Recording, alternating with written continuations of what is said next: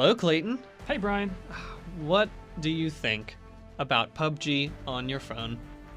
I think it's actually pretty good. Yeah, Can yeah. you What did believe you? that? I'm also somewhat surprised by it, but I also really enjoyed how it works here on this phone. Looks like standard old PUBG. You get to choose your name, get to choose a person.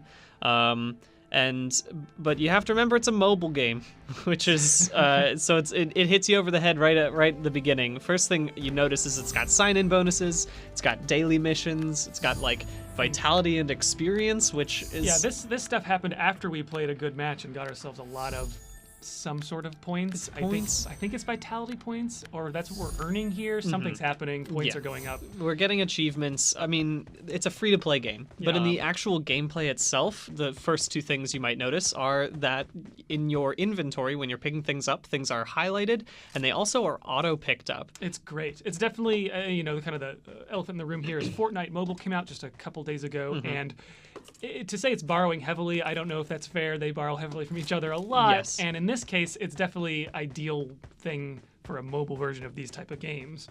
The great thing about the highlighted items is that it only highlights items and auto picks up things that are already in your kit. You've got attachments for your gun. Yeah. It'll only highlight and pick up the ones for your weapon. It'll attach them automatically, which is honestly just, why can't that be in real PUBG? I know. Once we get to cars, you'll notice that the driving is a little bit different from all the other handling of a character here in PUBG Mobile. Still have these great physics, car physics. Wonderful stunts. Somehow managed to flip a car on top of myself. Yeah, but it's a little bit harder to notice because it's kind of tank control-esque. But you can still honk the horn, which is great, and that's a bonus. So kind of a clunky part of it where a lot of the other motion feels pretty natural, except for in this moment right here where you can see both my opponent and I have not played this game before and are kind of trying to figure out how to aim well.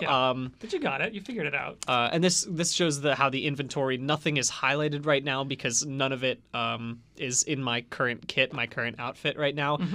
So I just chose some bloody sneakers. Nice element of this UI, which I don't think is in Fortnite, is that you can shoot with right or left. It's so nice. Right now you can see I'm still shooting with my right and I'm just kind of strafing in order to aim.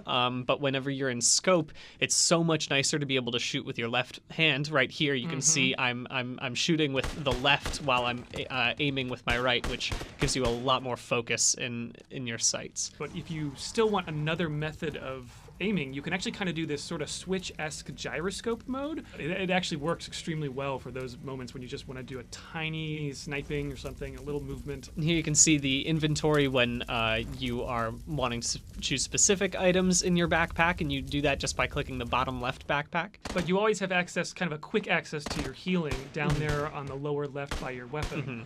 And it sort of automatically shows you whatever is the most useful healing item at the time. So if you're very dead and you have a med pack, you can just quickly press that. But another one of these little handy things they've brought in for the mobile version is you can auto sprint, and the way they do it is you kind of hold down your left thumb, and eventually a little icon pops up, and if you slide up towards it, it just sort of locks you into that auto run. And when you have so to much nicer run across the map, it's super useful. What's great is in certain firefights, sometimes you'll get a notification, which really reminds you you're playing a mobile game.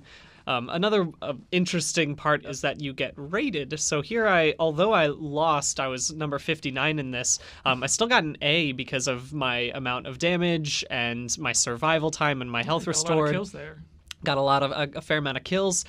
Feels a lot like DDR for that. So another interesting thing that comes up in the mobile game is that they have marker lines as opposed to just markers. You can see right there I have a dotted yellow line to where I've placed my marker. So obviously when you're in a squad and you're not seated directly next to the person like Clayton and I were, you can always hop into the text chat, which has a lot of great different chat buttons that you can use. But if you need to say something specific, you can always type that out.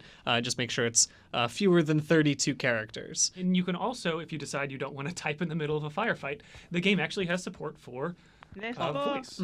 Normally the voice chat is press to talk, which is up in the top right there. Overall, having played this for maybe an hour, I'm really impressed with PUBG Mobile. It works surprisingly well, and again, there are a lot of aspects of it that I like maybe even more than the standard PUBGs, Yeah. especially inventory stuff, because that can kind of be a nuisance. And maybe it's more direct competitor in this space, Fortnite Battle Royale on mobile.